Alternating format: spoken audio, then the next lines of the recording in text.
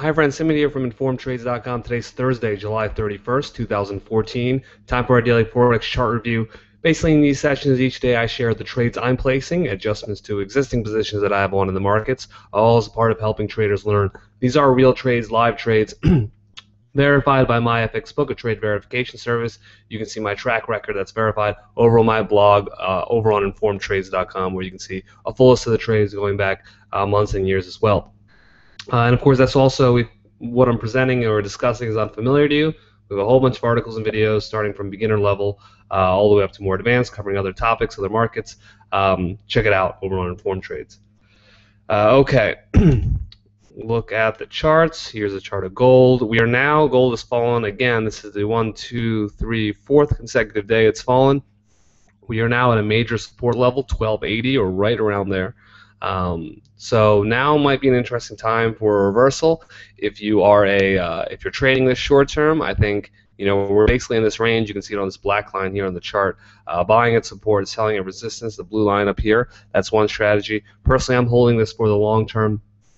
I think gold's going to go much higher than its 2011 highs, so I'm happy to buy at these levels under the condition that or the expectation that I'll be holding it for a multi-year period. So that's gold. We could go on to Bitcoin. Okay, so Bitcoin did respond to support yesterday. It's interesting that we are seeing technical analysis starting to be validated on Bitcoin, which suggests that the currency is liquid enough, the market cap's large enough. Basically, we bounced off the support level here at 567. It could be an interesting opportunity to buy, which is this level is also a 200 exponential moving average. Now that we have this green candle here, I do think it's an interesting opportunity to buy. I'm not adding more. I just bought my one position at 522 right here, which I plan on holding indefinitely. I'm looking for a 10 times return, so basically a price of 5,200, and I'm willing to risk everything for that. So I just put on a small position, looking for a big return, treating it a bit like a nano cap stock. So that's Bitcoin at support like gold. Okay, now on to the trades that I have on at the moment. Aussie yen. This trade is, well, I had a big down day, so that's not too well, but I have de-risked the trade. I did take half off at this green line up here, this light green line, 96 even.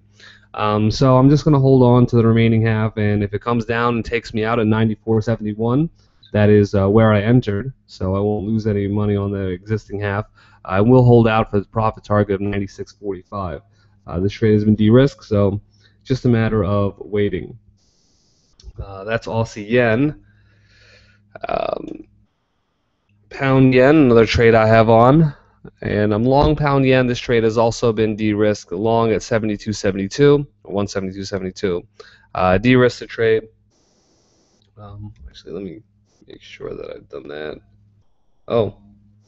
Thought I did. I'm looking at my trading account now off screen, and I don't see that, but I just did it now. Okay, there we go.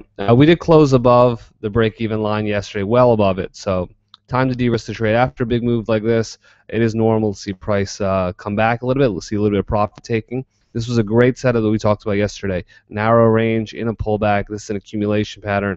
You enter on the small candles, you make your money on the big candles. That's one viewpoint, and that definitely played out here. This trade has been de-risked, like I mentioned. I'm not doing anything else. Still holding on for the profit target of 175.25, which is the high previous resistance that we saw July 3rd.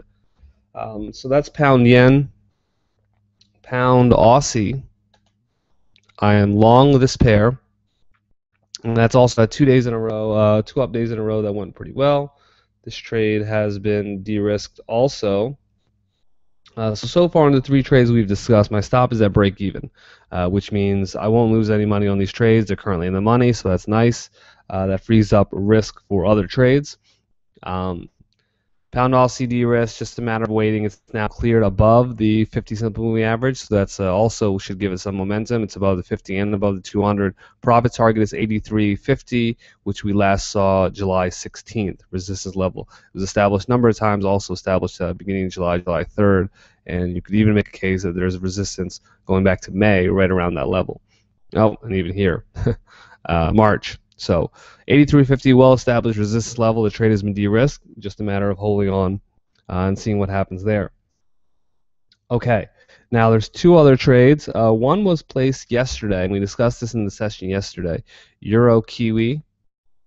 I'm short this pair, and today's candlestick, we still have a long wick down. I think that's a positive sign. We have 1, 2, 3, 4 straight up candles. Actually, this might be.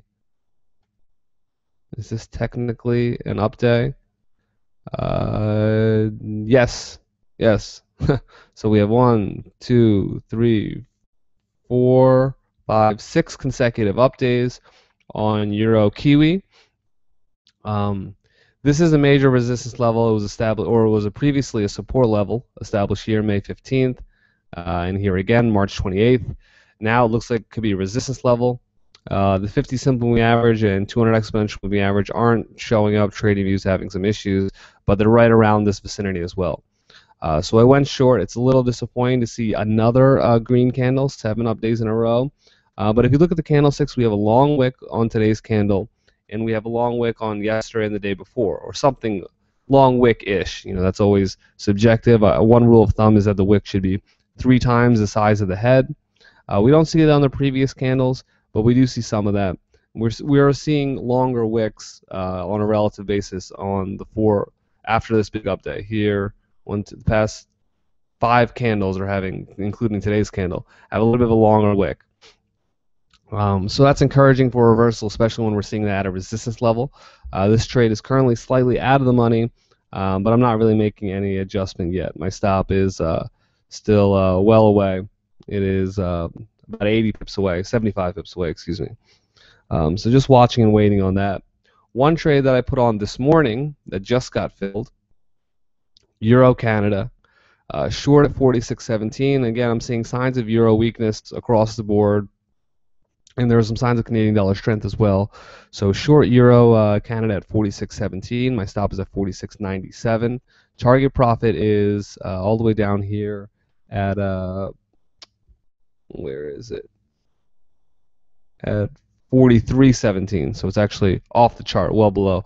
And where that target profit came from? Well, first, we're in a downtrend, clearly in a downtrend. Right, in fact, we might even have a trend line here, which let me see if that. Yeah, so you could argue that we're right at this trend line here, going back to March of 2014.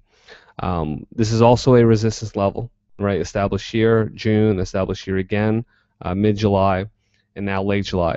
Today's candlestick is not complete, but it is showing some signs of exhaustion for the bulls, and the downtrend may be ready to resume. It's also running into this resistance level and this trend line. So a bunch of signs here. I shorted at this level. My stop is well above. I wanted to put it well above, definitely the high of this candle, the July 14 candle. And also, this big down candle here, if I can put it near the top of that, I think that gives me enough room. We had if you look at from this low to this, or from this trend, point C is a 57% pullback. So if we project that forward, if we project 56% forward from point B, that gives us a target of 43.17. There we go.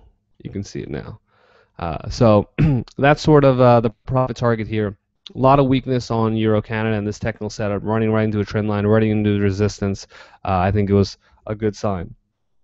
I also have one other trade, or one other order, I should say. This is not filled. Canada yen. Unfortunately, it looks like the pair is running away without me. I still have it on. We're still about 30 pips away. I'm set to go long at 94.01. Clear support level established here. Also, previously a resistance level in March, and in April, it's now a support level. It became a support level in late July, July 18th. Again here, my stop is at 93.56, and my target profit is the July 3rd high of 96.11. I think this makes sense. We're also seeing yen weakness a lot.